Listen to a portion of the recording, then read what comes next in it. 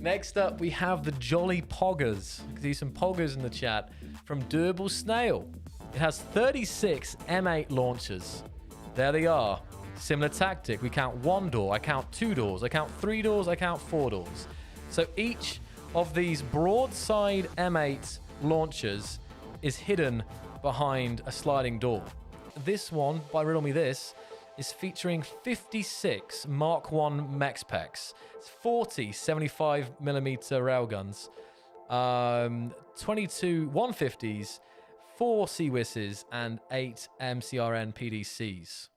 40 100mm, 66 MA blisters on the side, another 32 blisters, so total of 98 blisters, 8 75mm railguns, 6 Tigers, 4 point defense laser turrets, and 4 PDXs. So he's...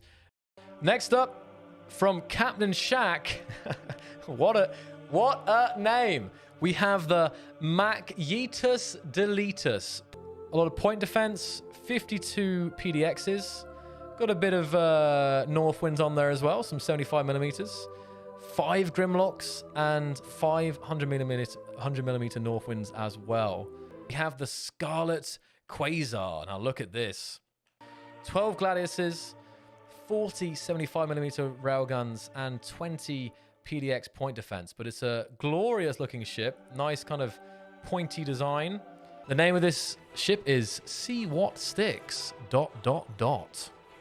It's got a battle points of, again, they split out evenly, 26,500, DPS of 73,000, and a mass of nearly 4 million kilograms.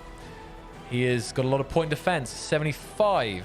That's a lot of PDX. 75 PDX lasers. He's got 10 railgun 150mm North Winds.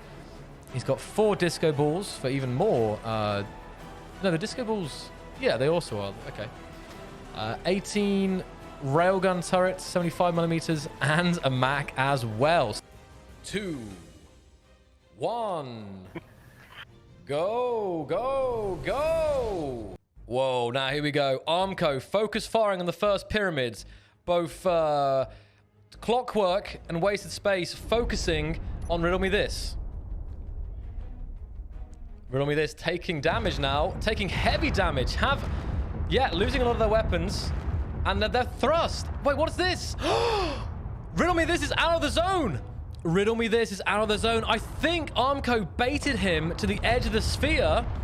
And now he's out of the zone. This is big deal. 1 pyramid already out. Armco showing some real strategy there. Baiting Riddle Me This. Meanwhile, Ultimate D's come into the middle here to get stuck in.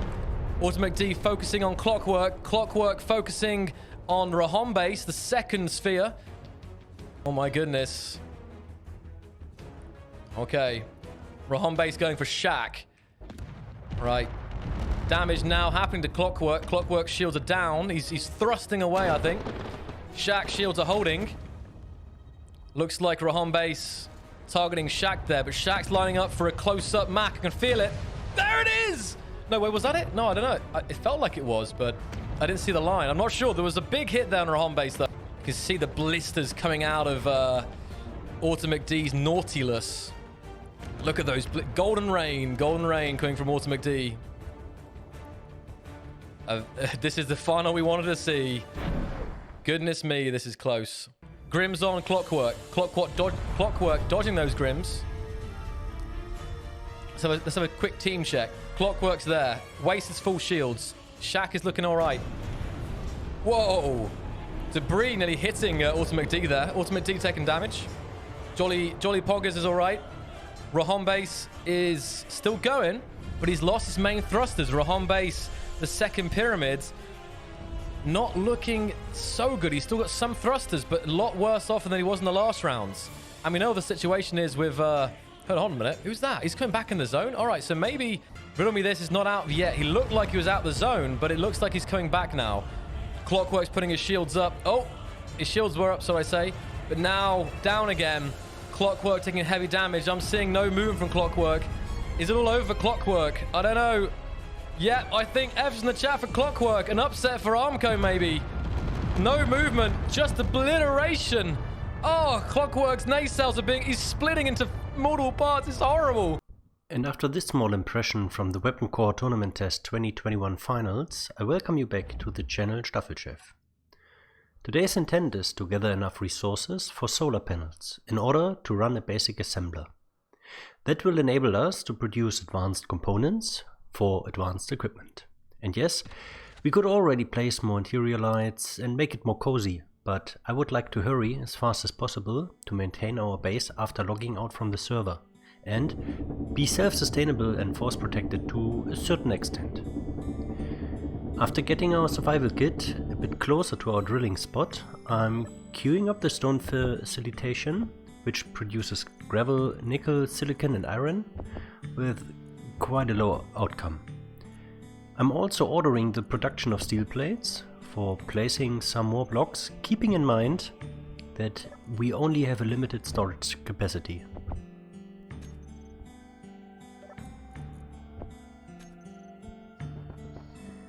Since drilling, collecting, dumping and placing blocks is quite boring, I will speed up the process for this video part of the episode. A small suggestion: if you keep the Foxtrot key pressed while drilling, you will already pick up stuff. Also, make sure to have no currently unnecessary equipment in your inventory in order to increase your available inventory space and reduce the amount you have to travel back and forth. To keep the episodes refreshing, I had the idea to use older game music themed for each episode. If you recognize the game, feel free to put your guess down in the comments below.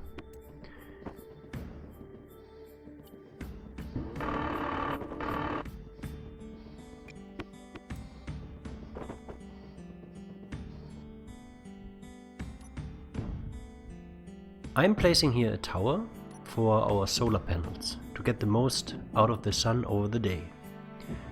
Using a jetpack to rotate and get below the existing block is only one small trick I've learned over the years.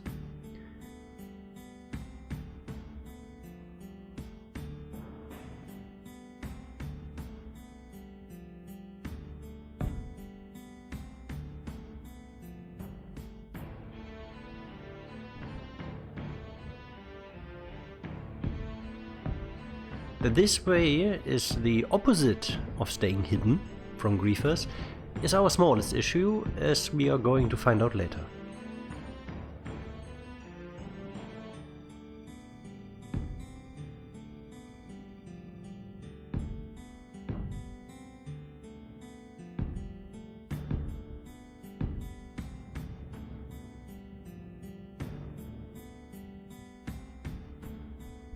And again, our survival kit is hungry, therefore I move on digging, feeding and improving the entrance of our cave.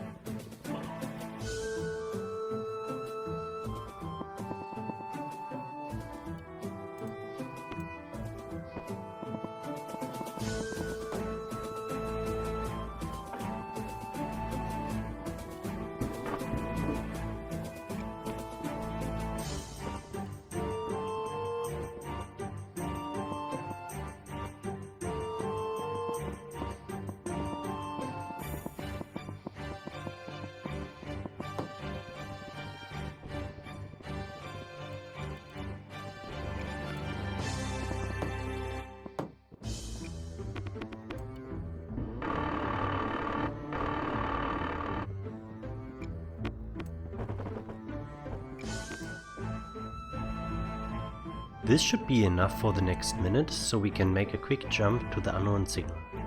Next to some skins for weapons, equipment and clothing, we have the chance to get a piece of advanced equipment with a higher drilling, welding or grinding speed. Moreover, does such a signal usually consist of a small cargo container and a small battery, which contain valuable components, namely small steel tubes, for example.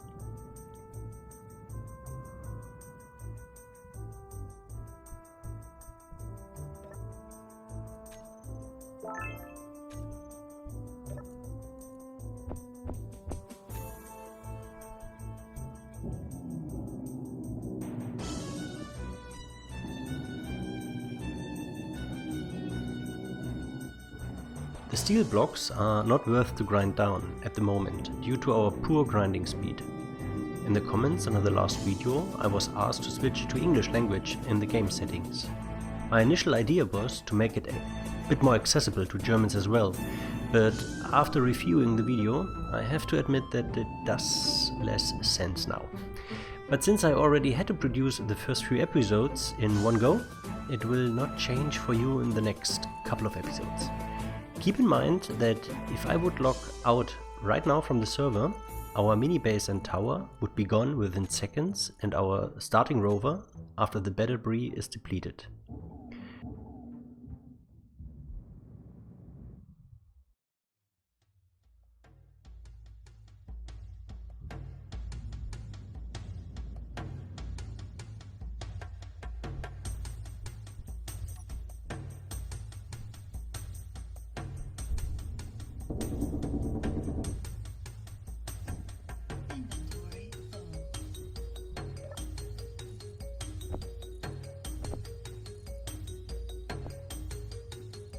Another tip is to always sit in the cockpit while you sort your inventory. This saves you a lot of time to recharge energy, hydrogen and oxygen. During our exploration of the nearby crater in the first episode, we lost some health due to hasty navigation with the jetpack. The cockpit does not cover medical support. In order to restore our health, we need to have access to the display of the survival kit.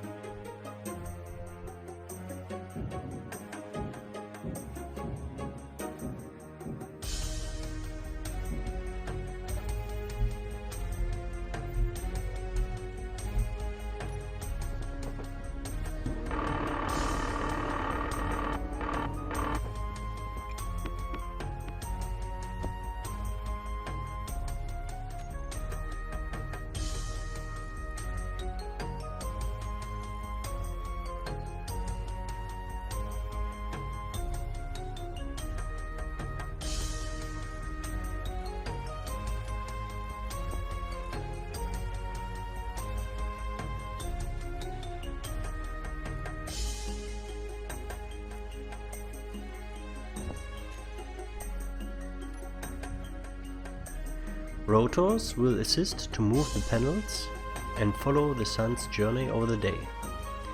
I like to go for a central one that turns up to 180 degrees following the sun from dawn to set, and that gets reset overnight, as well as two 360 degree rotors mirrored left and right, turning in the same speed as the sun, which of course has to be adjusted from time to time until perfection. But at the end it's not rocket science, we only have to find out where the sun pops up exactly and how long one full day-night cycle is in minutes.